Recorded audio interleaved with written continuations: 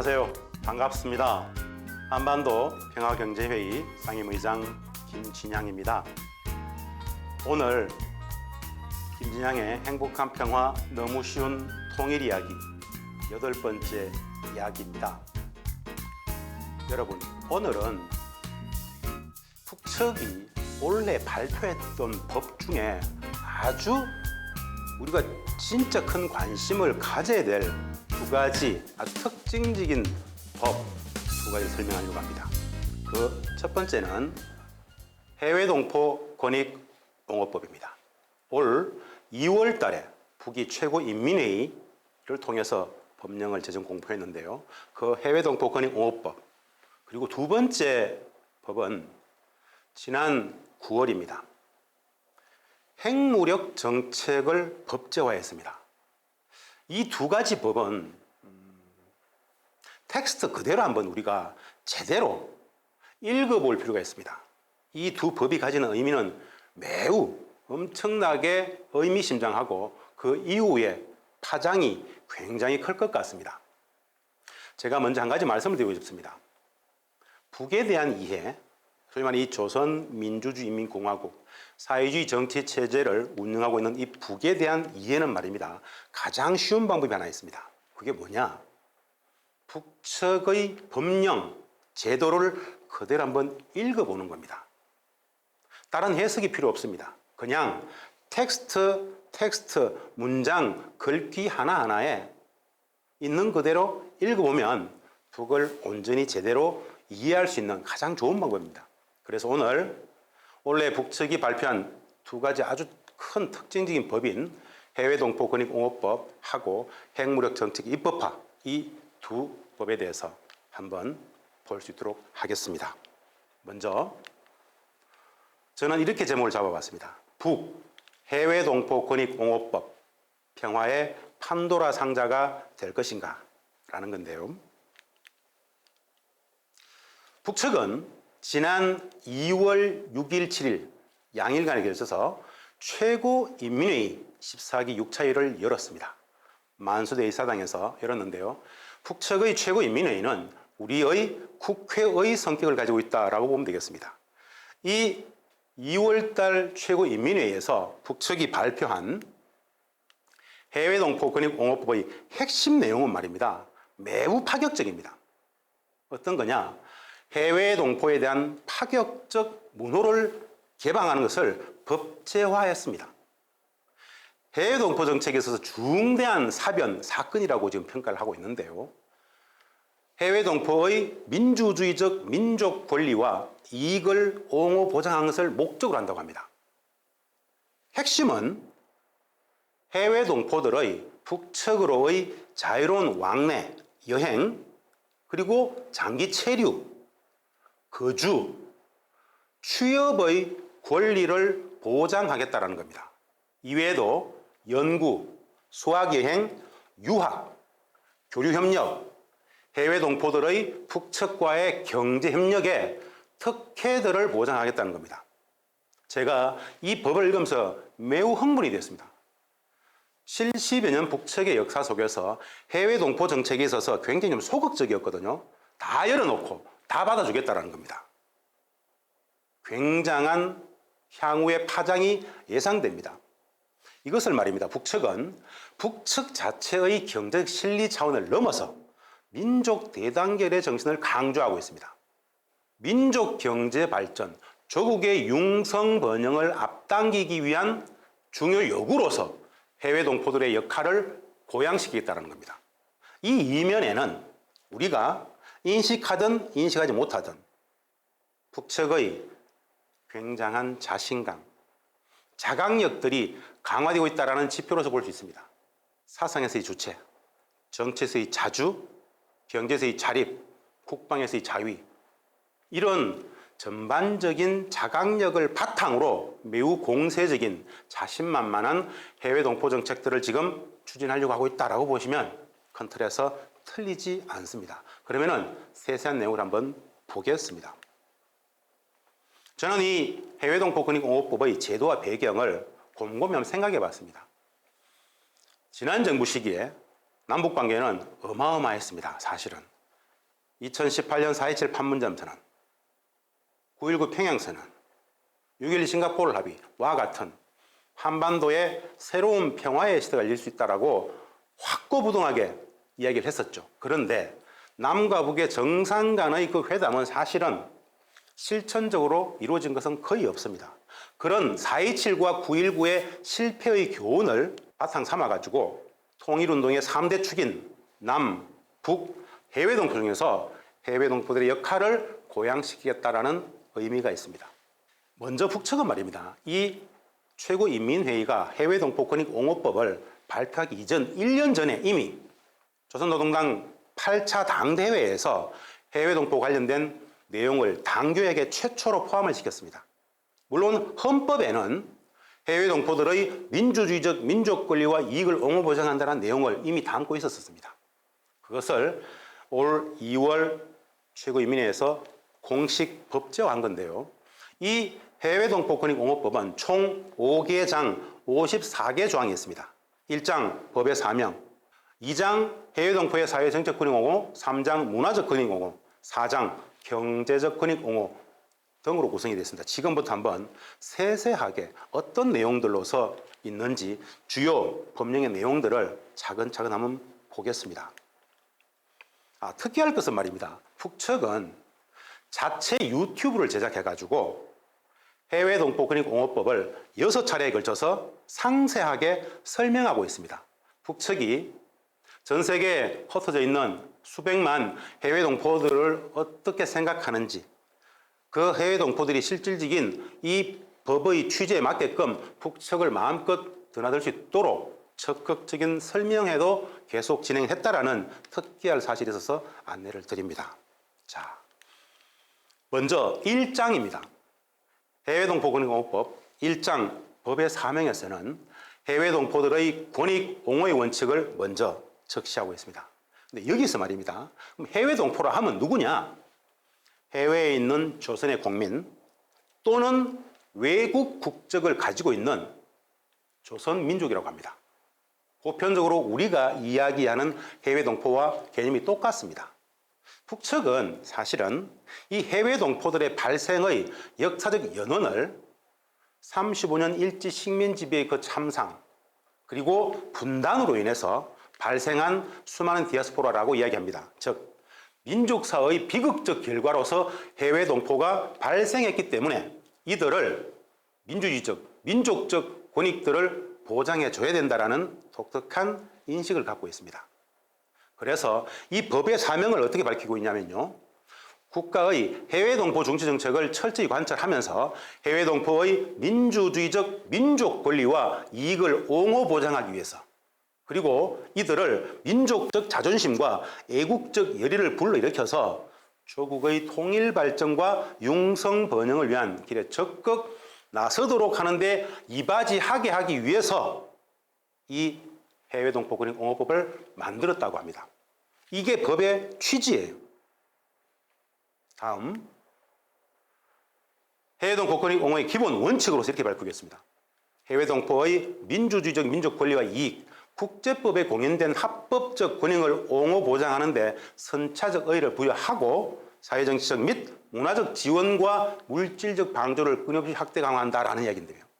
이 법의 원칙으로 독특하게 이렇게 얘기하고 있습니다. 주체 확립의 원칙, 민족 자주의 원칙, 민족 대단결의 원칙, 내정 불간섭 등인데요. 여기서 아주 독특한 한 가지 원칙이 있습니다. 민족 자주와 민족 대단결의 원칙인데요. 이걸 어떻게 설명하겠느냐? 과거를 불문하고 사상과 이념, 정견과 신앙의 차이를 초월해서 해외동포들을 민족 자주, 민족 대단결의 기치 아래 굳게 묶고 세워서 조국 통일과 민족 공동의 번영을 이룩하기 위한 과정에 떨쳐나서려고 한다. 제가 집중해서 봤던 것은 과거를 불문하고 사상과 이념, 정견과 신앙의 차이를 초월해서 받아줄 수 있다는 겁니다. 엄청나게 포괄적이죠. 다 받아들이겠다는 겁니다. 한마디로. 사람을 가리지 않겠다는 겁니다. 조국의 통일과 민족 공동의 번영을 이룩하기 위한 길이라면 해외동포들을 마음껏 다 받아주겠다는 겁니다. 매우 독특하고 파격적인 법령입니다. 자, 제2장입니다. 해외 동포의 사회 정치적 권익 옹호 부분인데요. 해외 동포는 국적 선택, 사회 정치 활동의 자유, 선거권 행사와 같은 국제적으로 공인된 사회 정치 권리를 가진다. 이건 사실 보편적인 이야기죠. 다 인정하겠다는 겁니다. 국적 선택, 결혼, 이혼, 입양, 파행의 권리를 가진다. 똑같은 이야기죠. 북의 기관, 기업소, 단체는 해외 동포 단체와의 연대성을 강화하며 다양한 형식과 방법으로 교류와 협조를 확대 발전시켜 나가야 한다라고 의무적으로 굉장히 많이 고무하고 있습니다. 적극적으로 해외 동포 권익 옹호법을 실천할 수 있도록 모든 기관, 기업소, 단체들은 열심히 하라는 이야기예요. 성과를 내달라는 이야기입니다. 자, 여기서 제가 가장 주목하는 파격적인 내용들이 담겨 있습니다. 2장인데요. 해외 동포는 공화국애로의 자유로운 귀국 및 매왕의 권리를 가진다. 해외 동포와 그 가족은 북에서의 장기 체류 및 거주, 취업의 권리를 가진다. 어떻습니까? 어마어마한 파격입니다. 이걸 권리로 봤어요. 권리. 해외 동포들의 권리예요. 언제든지 국적을 마음껏 드나들 수 있다는 것. 장기 체류할 수 있다는 것. 그리고 필요하면 거주, 취업의 권리도 보장한다는 것. 즉, 거주하고 취업하게 되면 어떻게 되죠? 북측은 사회주의 국가입니다. 모든 성인들에게 일자리를 보장하는 것이 기본 원리입니다. 장기 체류자에게 거주의 권리를 준다는 것은 집을 보장한다는 이야기입니다. 취업도 일자리도 보장한다는 이야기입니다. 매우 간단치 않은 영역입니다. 이것을 해외 동포들의 권리로서 보장한다고 했어요. 이것이 미칠 파장은 앞으로 엄청날 것이라고 저는 생각합니다. 처음에는 많은 해외 동포들이 북측을 자유롭게 내왕하면서 여행을 하겠죠. 분위기 봐가면서 장기 체류도 해보고 때에 따라서는 거주하고 집을 받고 취업도 해버리면 제가 보기에 북측이 외국 국적의 사람들을 이민을 받는 것보다 우리 해외 동포들을 북측 국적을 취득할 수 있도록 그 문호를 열었다라고 이야기해도 저는 과언이 아니라고 봅니다. 또 이렇게 이야기했습니다. 해외 동포와 가족, 친척, 연고자는 재산의 분할, 상속 등 처분권을 가진다. 이건 기본이죠. 저는 이 법을 말입니다. 민족 대단결의 관점에서 해외 동포들을 평화통일운동의 주도적 역할을 가능케 하도록 담보한 거 아니냐. 해외 동포 단체들과 국내 단체들 협력관계를 통해서 평화통일운동을 극대화할 수 있는 방법이 생겼다라는 생각들도 한번 해봤습니다. 또 한번 넘어가 보겠습니다. 3장은 해외 동포의 문화적 권익 옹호입니다. 해외 동포는 거주지에 관계없이 우리말과 글, 우리나라 역사와 문화를 배우는 것을 비롯하여 민주주의적 민족 교육을 받을 권리를 가진다. 이거 한 번 읽고 두 번 읽고 세 번 읽어보십시오. 어떤 거냐? 해외 동포들에게도 조선 말부터 우리 문화를 적극적으로 공급하겠다는 겁니다. 조건이 되면. 굉장한 자신감이죠. 그리고 해외 동포는 북측에서의 학업 및 학술 연구, 수학여행 등을 할 수 있다. 그리고 해외 동포들은 각급 교육기관들에서 우대 교육을 받을 권리를 가진다. 이 모든 것들은 해외 동포들에게 엄청난 파격적 문호를 개방한다는 뜻으로 이해하시면 크게 틀리지 않을 것입니다. 자, 해외 민족교육기관에서 발급한 졸업증서 전문가 자격은 국내 교육기관에서 발급한 졸업증서 전문가 자격과 같다. 이거는 뭐 제1조총련학교라든가 이런 곳들이 해당이 됩니다. 해외 동포들이 북측에서 의학 과학 연구라든가 치료 활동을 희망하는 경우에 북측의 해당 기관은 연구소, 병원 설립 등에 이르기까지 연구 및 치료 활동 조건을 원만히 보장해 줘야 한다. 굉장한 조건 아닙니까? 의학과학 이쪽에 전문성이 있는 해외 동포들이 북측에 들어가서 이런 활동을 할 생각이 있으면, 할 의지가 있으면 해당 기관들은 보장해야 된다는 겁니다. 굉장히 파격적인 내용입니다. 해외 동포는 과학기술 분야에서 기관, 기업소, 단체와 공동연구, 공동기술개발, 합영, 합작 등 교류 협력을 할 수 있다. 이거 간단치 않은 영역입니다. 북측이 과학기술 분야에 있어서 해외 동포들과의 연대, 협력을 엄청나게 강화하겠다는 것이죠. 기본적으로 해외 동포들의 저작권, 특허권 같은 지적 소유권을 법적으로 보호한다. 이런 국제적 규범을 그대로 따르겠다는 것은 기본입니다. 자, 4장인데요. 제가 4장을 좀 유심히 들여다봤습니다. 해외 동포들의 경제적 권익 옹호 분야인데요.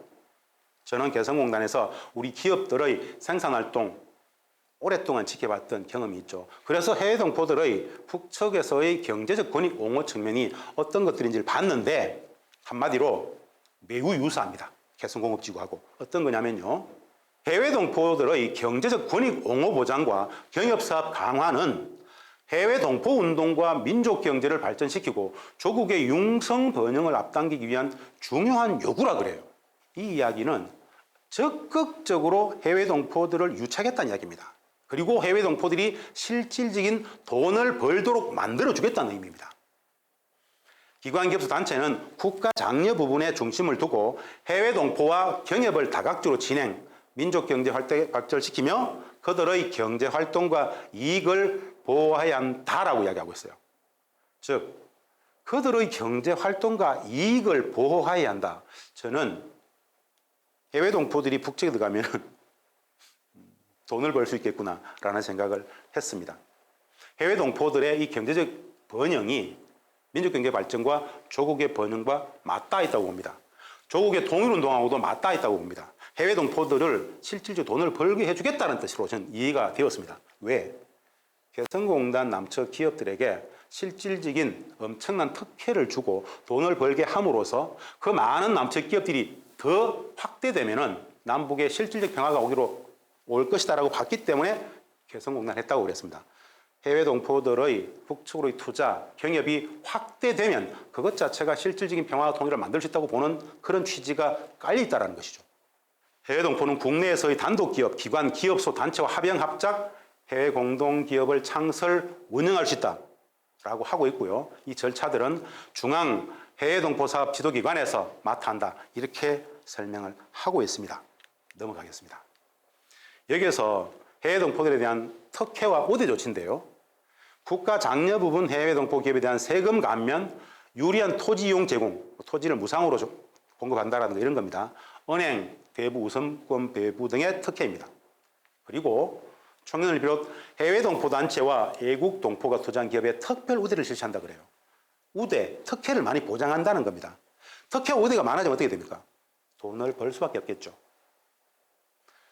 해외 동포 기업들의 제품을 수출하게 되면 세금 감면하고 관세 면제하겠다는 겁니다. 이거 개성공단 기업들에 대해서 관세가 없었습니다. 북은 세금을 면제해 줬었습니다. 그게 다 수익이었어요. 똑같죠. 마찬가지 해외 동포 투자가가 이윤의 일부 또는 전부를 재투자해서 5년 이상 기업을 운영하는 경우 기업 소득세를 반환하거나 면제시킨다. 이것도 개성공단 기업들한테 줬던 특혜하고 똑같습니다.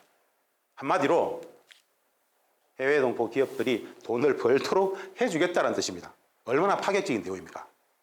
우리는 자본주의 경제 질서적 관점에서 경제를 보기 때문에 돈 중심적 사고를 합니다. 북은 이 제도를 만들면서 돈이 목적이 아니었을 겁니다. 그 많은 해외 동포들이, 많은 기업들이 북측에 투자해서 경제가 활성화되는 과정은 돈도 돈이지만 근본적으로 실질적인 통일 평화를 만들 수 있다고 보는 겁니다. 두 마리 토끼를 다 잡는 것이죠. 개성공단이 경제 협력을 통해서 평화를 제도화 하려고 했던 것처럼 해외 동포들의 북측의 경제협력 투자 유치를 통해서 돈도 돈이지만 실질적인 평화를 구현하고자 했던 그런 의도가 깔려 있다라고 보시면 틀리지 않습니다. 자, 다음 보겠습니다. 그런데 이 기관, 기업소, 단체는 말입니다.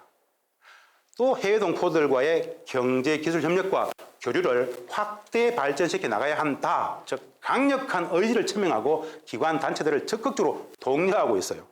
그냥 법만 만들어 놓고 기다리지 않겠다는 겁니다. 적극 유치하겠다는 겁니다.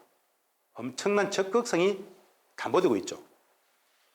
마지막 5장에서는 해외 동포 사업에 대한 지도 통제라든가 이런 것들을 지금 규정하고 있는데요. 중앙 해외 동포 사업 지도기관이 이 모든 것들을 관장한다고 합니다. 중앙해외동포사업 지도기관의 위임을 받은 해외동포단체 즉 제1제중조총련은 거주국과 해당 지역에서 북과 교류 협력 사업을 맡아 한다. 그리고 해당 부문 일꾼들 있죠. 철도, 세관 등 해외동포 출입 등 수속 편리성을 보장하기 위한 실무 대책을 강구하라는 겁니다. 굉장히 적극적이죠.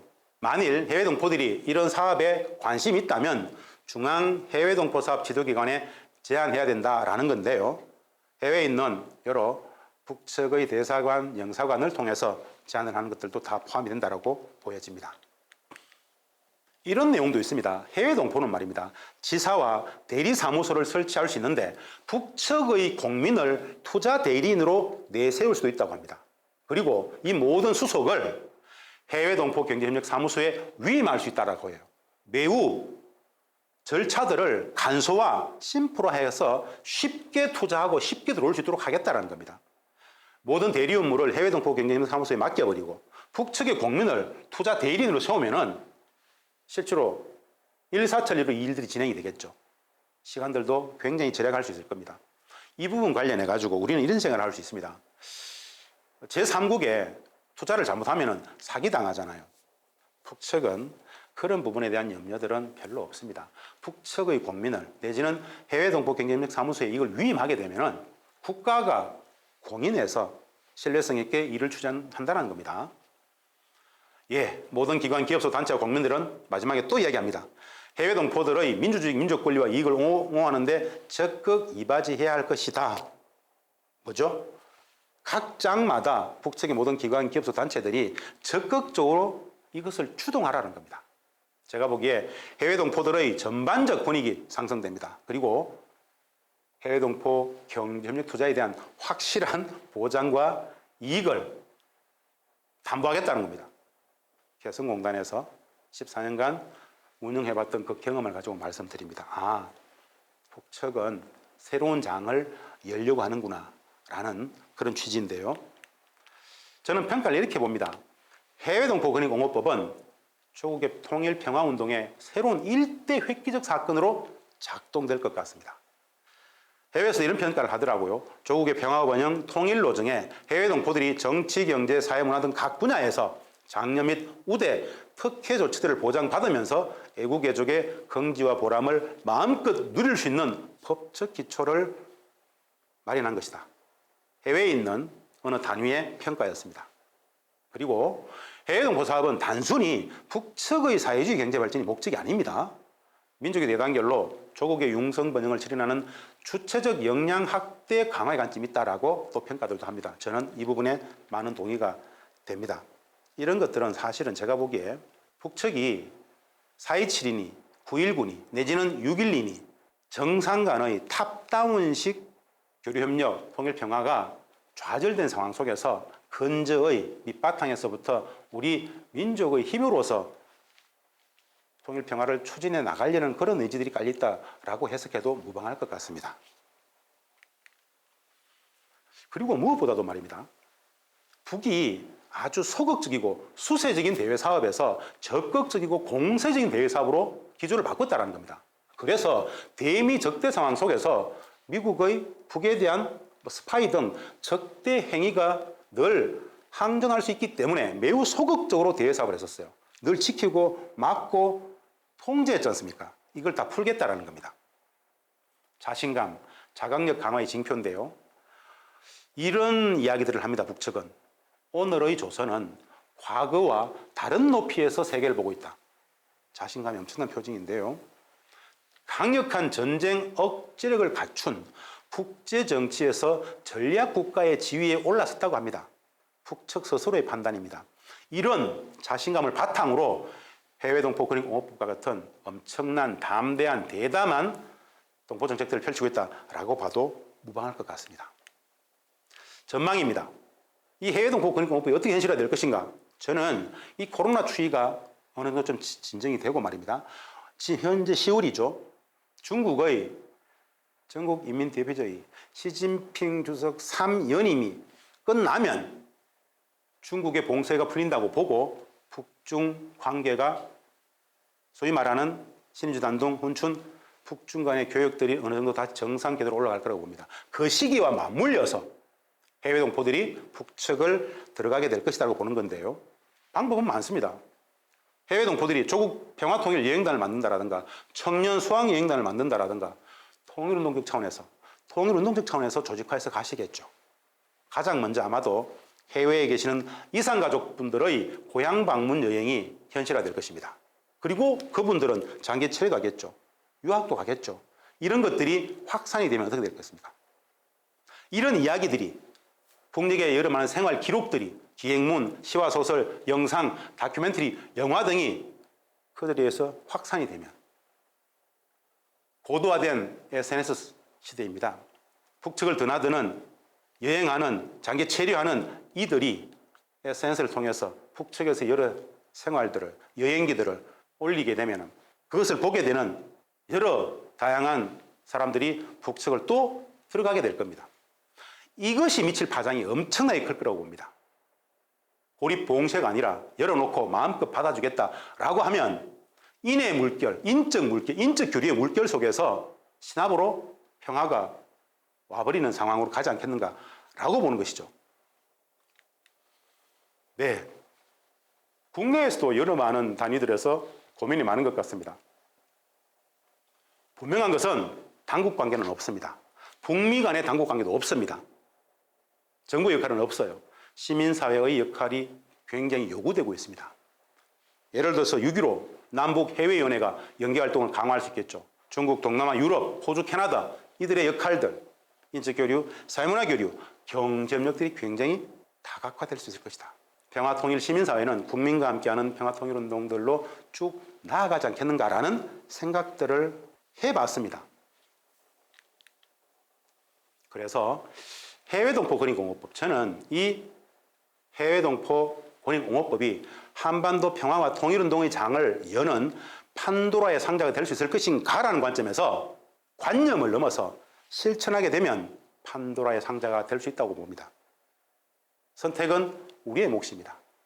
그냥 바라만 보고 있을 것인지 북측을 해외동포들이 마음껏 드나드는 과정 속에서 함께 맞물릴 것인지 선택은 우리의 몫이다 라고 봅니다. 이 글을 제가 한번 소개해 보려고 합니다. 14년 개성공단의 경험, 금강산 여행 100만 명이 다녀왔던 금강산의 경험, 80년대 해외에서의 여러 다양한 남북의 상봉들, 그리고 91년 세계 탁구 선수권 대회, 남북의 탁구 국가대표들이 45일간 딱 있었을 뿐인데 어떤 일들이 있었는지, 평창에서는 또 그 만남들이 불과 2박 3일밖에 안 됐지만은 불과 그 짧은 시간 동안 남과 북이 만나면 어떤 일들이 발생했는지를 공통분모와 같이 한번 정리해 봤습니다. 만나면 통일이다 라는 제목인데요. 만나면 통일이다. 만남 자체가 신뢰와 평화의 길이기도 하지만 만나보면 비로소 알게 된다. 분단이 얼마나 큰 거짓과 허구였는지를 만나보면 알게 된다.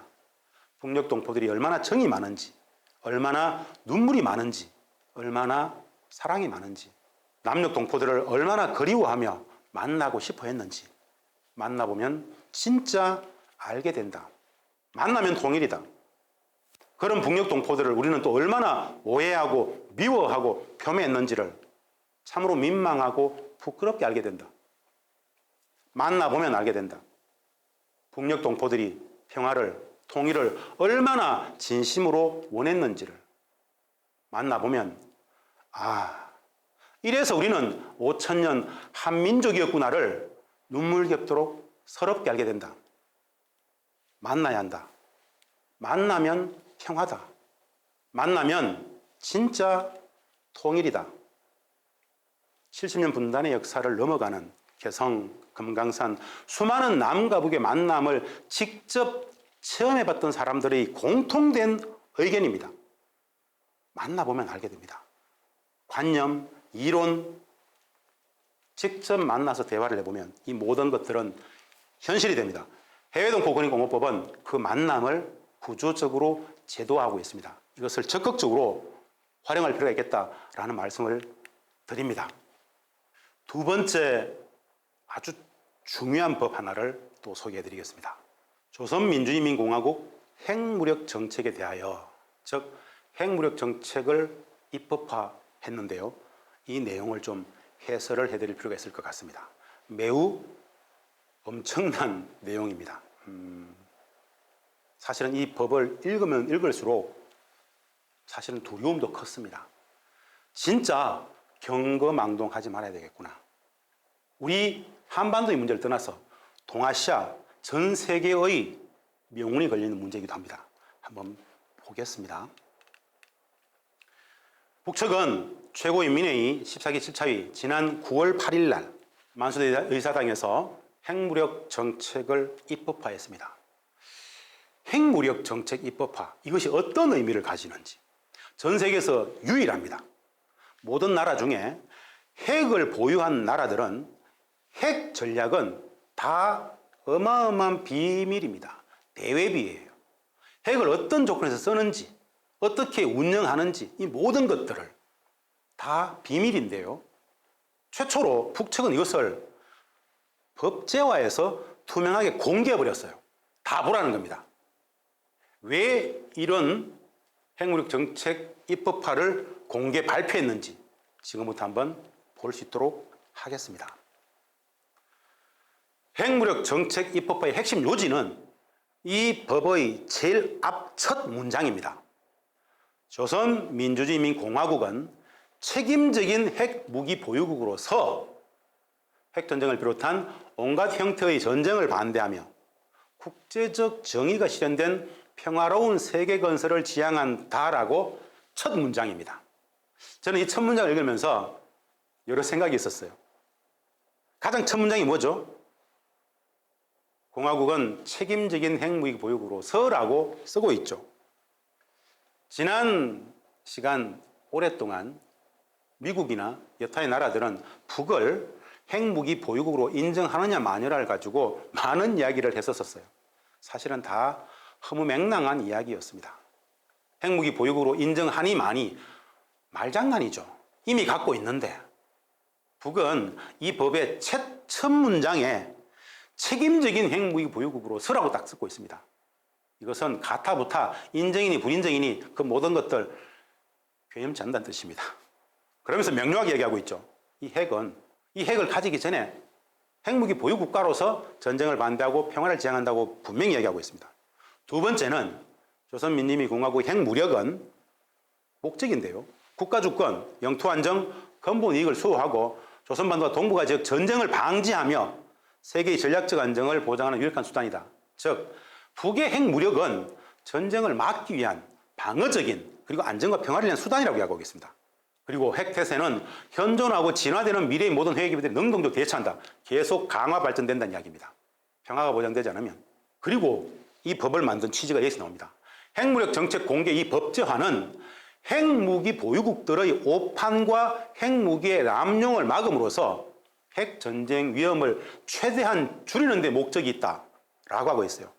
무슨 뜻이냐? 북은 왜 핵을 가지게 되었는지, 어떻게 활용할 것인지, 핵 정책을 공개하고 법제화한 것은 클리어하게, 투명하게 다 이야기해 줌으로써 건드리지 말라는 이야기입니다. 여차하면 다 죽으니까 건드리지 말라는 겁니다. 건드리면 끝이라는 것이죠. 조금 더 보시겠습니다만은 산, 핵을 쓰게 되는 경우의 수를 아주 정확하게 기록하고 있습니다. 결국 이런 과정 속에서 오판을 막고 핵 전쟁의 위험을 최대한 줄이려는데 이 법의 목적이 있다라고 이야기를 한 거예요. 한번 보겠습니다. 김정은 국무위원장은 이 핵무력 정책 입법화 이전에 시정연설을 했습니다. 위원장의 시정연설이기 때문에 한번 아주 핵심적인 상징성들이 있는데요. 어떻게 이야기한 건지 한번 보겠습니다. 이렇게 얘기를 합니다. 오늘은 핵무력 정책을 법적으로까지 완전 고착시키는 역사적 대업을 이룩하는 날이다 그랬어요. 핵무력 정책 입법화가 얼마나 큰 의의가 있는지 이것을 공개하는 것 자체가 한반도 동북아의 안정을 만드는 행위로 보고 있다는 겁니다. 전쟁 억제력을 법적으로 가지게 되었음을 내외에 선포한 특기할 사변이다. 그리고 이렇게 얘기합니다. 절대로 먼저 핵 포기란 비핵화란 없으며 그를 위한 어떠한 협상도 어떠한 것도 맞바꿀 흥정물도 없다고 이야기합니다. 딱 못을 박았죠. 핵은 우리의 국이고 국채다라는 거죠. 핵을 놓고 더는 흥정할 수 없게 불태의 선을 그어놓은 여기에 핵무력 정책의 입법화가 가지는 중대한 의의가 있다고 이야기합니다. 한마디로 비핵화는 잊으라는 겁니다. 비핵화 정책은 틀렸다는 겁니다. 자, 그러면 세세한 내용으로 한번 들어가 보겠습니다. 핵무력 정책 입법화 주요 내용인데요. 우리가 제대로 이 텍스트 하나하나를 아주 의미심장하게 읽어볼 필요가 있습니다. 1. 핵무력의 사명입니다. 공화국의 핵무력은 외부 군사위협, 침략, 공격으로부터 국가 주권과 영토 안정, 인민의 생명 안전을 수호하는 국가 방위의 기본 역량이라고 했어요. 방위가 목적입니다. 두 번째, 적대 세력 하여금 북에 대한 침략과 공격 기도를 포기하게 함으로써 전쟁을 억제하는 것을 기본 사명으로 한다. 핵무력은 전쟁 억제가 기본 사명이에요. 방위와 전쟁 억제가 핵무력의 사명이란 말입니다. 그런데 세 번째 나옵니다. 이 전쟁 억제가 실패하는 경우 격퇴하고 결정적 승리를 달성하기 위한 전략적 작전 사명을 수행한다는 것이죠.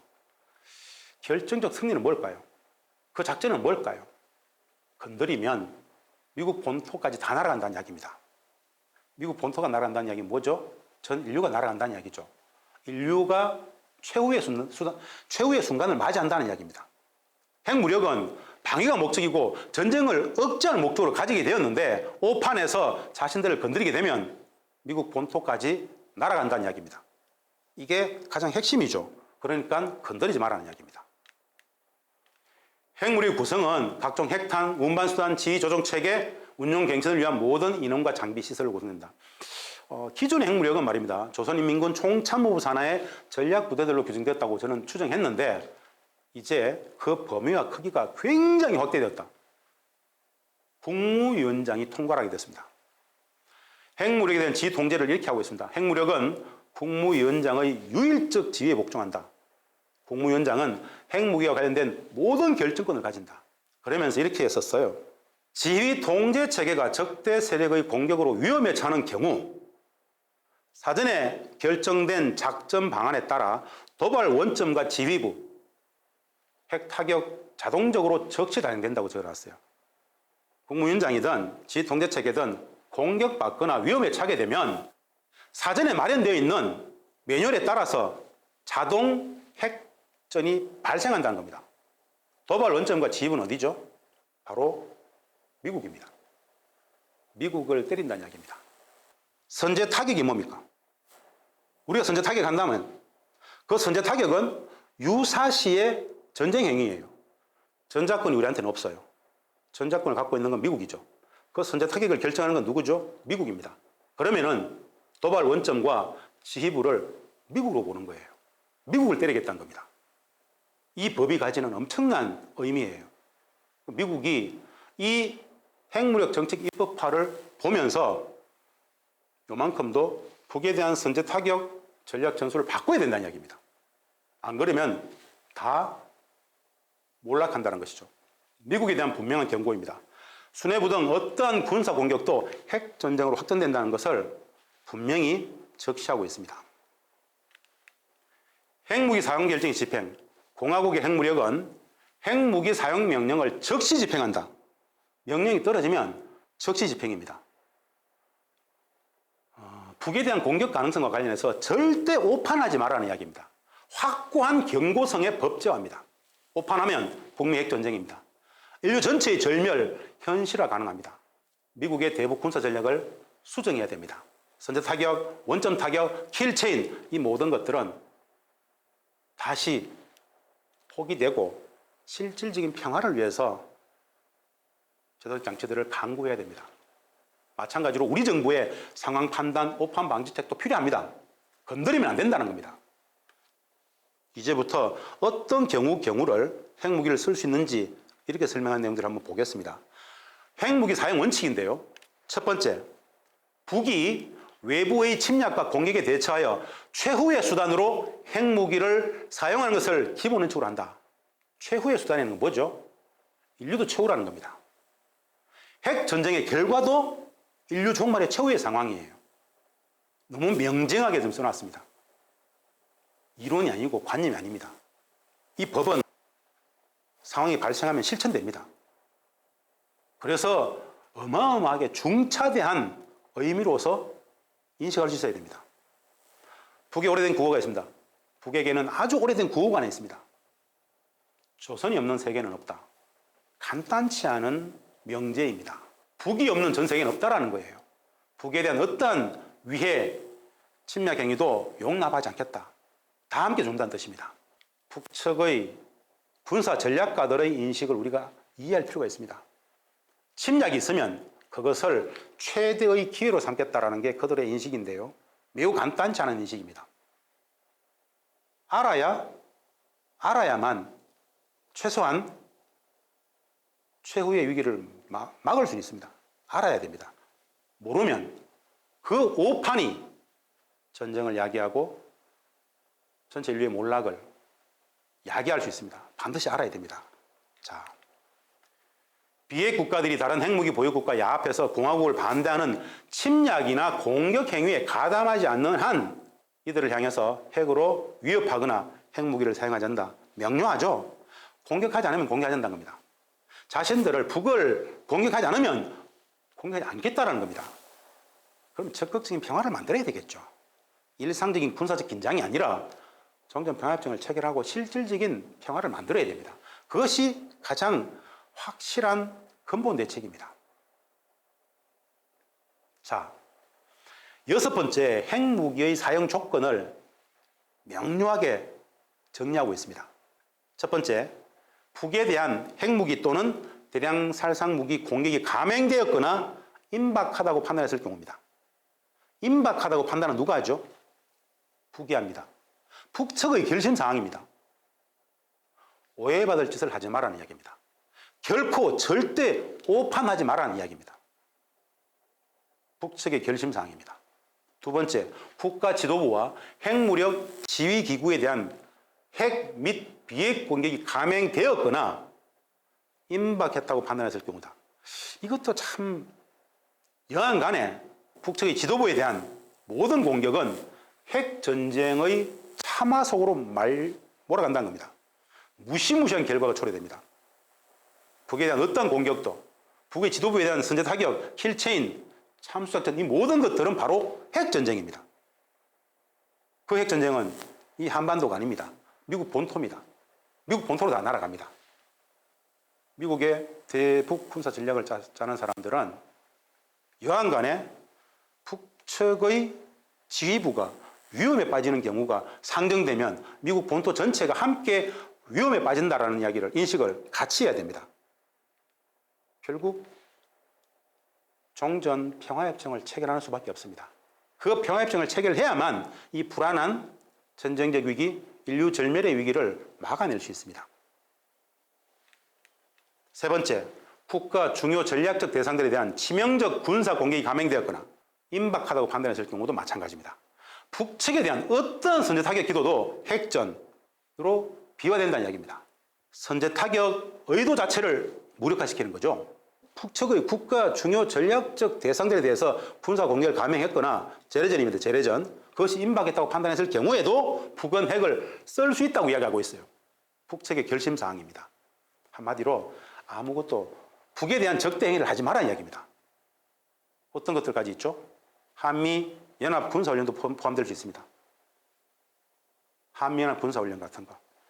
핵무력, 전술핵이 동원되어지는, 전략 핵폭격기가 동원되어지는 그런 한미 연합 군사훈련이 진행되는 과정도 북측은 예의주시하고 있다가 어떤 반응을 할 수 있다는 이야기입니다. 그래서 아예 사전에 그런 위험성들을 제거해야 됩니다. 네 번째는 이런 겁니다. 유사시 전쟁의 확대와 장기화를 막고 전쟁의 주도권을 장악하기 위한 작전상 필요가 불가피하게 제기되는 경우. 자, 여기서 전쟁의 확대와 장기화를 막기 위해서는 어떻게 됩니까? 전쟁의 주도권을 장악하기 위해서는 어떻게 됩니까? 그 전쟁이, 북측이 상대하는 전쟁은 미국이 주도하는 전쟁입니다. 미국이 주도하는 전쟁에서 그 전쟁의 장기화를 막고 전쟁의 주도권을 장악하기 위해서는 또 미국 본토에 대한 핵 공격을 기정사실화하는 겁니다. 이것이 북측이 핵무력 정책을 법제화한 가장 핵심적인 배경입니다.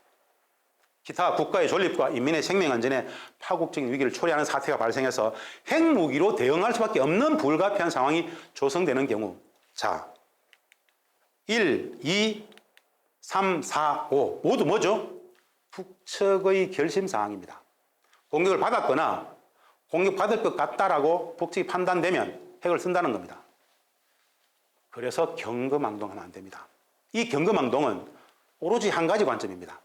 국민 행복, 평화를 지키기 위해서, 문제를 일으키지 않기 위해서, 평화를 실현하기 위해서. 그런데 딱 북측은 명료하게 입법화를 이렇게 박아놨습니다. 7장입니다. 핵무력의 경상적인 동원태세인데요. 핵무력은 명령이 하달되면 임의의 조건과 환경에서도 즉시에 집행할 수 있는 경상적인 동원태세를 유지한다라는 건데요. 여러분, 경상적인 동원태세라는 게 어떤 거냐면요. 한 가지 비유를 해드리면 우리가 K1총 같은 이 총에 방아쇠에다가 손가락을 항상 걸고 있는 상태가 경상적인 동원태세입니다. 손가락만 까딱하면 발사되는 상황. 따로 준비하지 않아도 그냥 명령이 딱 하달되면 바로 쏴버리는 상황. 무슨 이야기죠? 어마어마하게 불안한 상황입니다. 방아쇠에 손가락이 걸려 있어요. 이것이 경상적인 동원태세입니다. 북의 핵태세가 그렇게 버튼을 언제든지 누를 수 있는 상황이라는 겁니다. 가장 근본적인 대책이 뭘까요? 이 악순환의 전쟁 상태를 끝내야 됩니다. 전쟁이 안 끝났기 때문에 이런 말도 안 되는 비정상적인 전쟁 상태의 위험을 계속 악순환하는 겁니다. 전쟁을 끝내야죠. 종전선언을 하고 평화협정을 체결하면 이런 상황이 발생하겠습니까? 실질적인 평화로 가지 않겠습니까? 한국전쟁 이후 70년의 역사가 지났습니다. 전 세계 2차 세계대전 이후에 가장 오랫동안 국제법적으로 전쟁적 상태를 못 끝내고 있는 가장 불안한 나라, 가장 불안한 땅, 바로 휴전협정 체제의 한반도입니다. 우리는 전쟁을 못 끝냈어요. 이 상황은 불안한 평화이지 않습니까? 불안한 평화. 왜 불안합니까? 전쟁을 못 끝냈기 때문에. 그러면 적극적 안보를 구현해야겠죠. 평화를 실현해야 되겠죠. 무엇을 해야 될까요? 종전선언을 해야죠. 평화협정을 체결해야죠. 우리 국민들의 기본권입니다. 기본권. 왜 우리 가족이 5천만, 8천만 공동체의 성원들이 일상적인 백척간도의 전쟁적 위기에 내몰려야 됩니까? 그래서 종전선언을 해야 된다고요. 전쟁을 끝내야 된다라고요. 전쟁을 끝내는 것 자체가, 종전 자체가 안전보장, 안보적 장치입니다. 국민적 기본권으로서 요구해야 된다는 말씀을 드리는데요. 8장은 핵무기의 안전한 유지관리 및 보호입니다. 안전하게 관리하겠다는 건데요. 핵무기 보관관리, 수명과 성능평가, 갱신 및 폐기의 모든 공정들은 핵무기 보관관리 제도를 수립하고 그 이행을 담보한다. 안정적 관리의 제도화를 확인하고 있습니다. 그리고 철저히 보호하겠다라는 핵기술 설비 비확산 제도화를 확실히 담보하고 있다기도 하고요. 마지막, 핵무력의 질량적 강화와 갱신입니다. 공화국은 북은 외부의 핵 위협과 국제적인 핵무력 태세 변화를 항시적으로 평가하고 거기에 맞게 상응해서 핵무력을 질량적으로 갱신 강화한다. 이 이야기는 뭐죠? 북에 대한 끝없는 위협들은 거기에 상응하는 북측의 위협이 더 커진다는 이야기입니다. 평화의 절대적 평화의 보장이 없는 한 북측의 핵무력은 계속 고도화된다는 이야기입니다. 우리가 한때 이런 말을 썼습니다. CVID, 완전하고 검증 가능하며 불가역적인 비핵화를 북측에게 요구했죠. CVID를 받기 위해서는 먼저 우리가 해줘야 될 게 있습니다. 완전하고 검증 가능하며 불가역적인 평화를 담보하고 보장해주면 북측은 CVID를 합니다. 평화를 보장하지 않는데 비핵화를 할까요? 말이 아니잖아요. 비핵화를 통한 평화가 아닙니다. 평화를 통한 비핵화 추동이죠. 북은 이 핵무력 정책 입법화를 통해서 다시 명료하게 얘기하고 있습니다.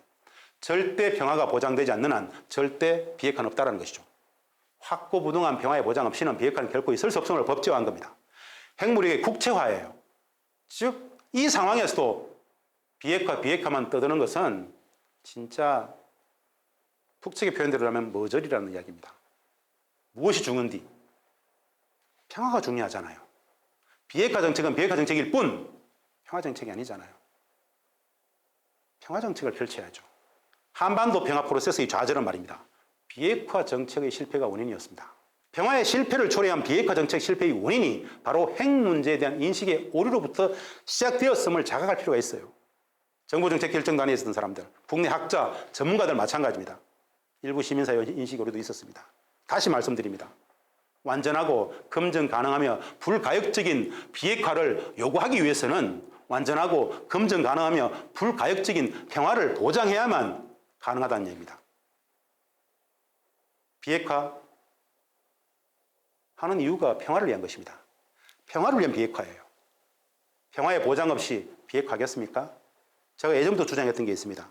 비핵화는 매우 단순하다. 북이 핵을 갖지 않아도 되는 조건을 만들어주면 비핵화는 되는 것이다. 북이 핵을 갖지 않아도 되는 조건이 바로 실질적인 평화의 완전한 보장이다. 종전평화협정, 적대관계 청산, 그 결과물로서 비핵화가 추동된다는 이야기입니다. 그것을 또 법제화한 겁니다. 이제는 실제로 빼도 박도 못합니다. 김정은 국무위원장이 선언까지 했습니다. 다시 법으로 돌아오겠습니다. 북은 핵무기 사용 전략을 정기적으로 갱신한다. 계속 업데이트하겠다는 이야기고요. 전파 방지. 공화국은 책임적인 핵무기 보유국으로서 핵무기를 다른 나라의 영토에 배비하거나 공유하지 않으며 핵무기 관련 기술, 설비, 무기급 핵물질을 이전하지 않는다. 확실한 비확산이죠.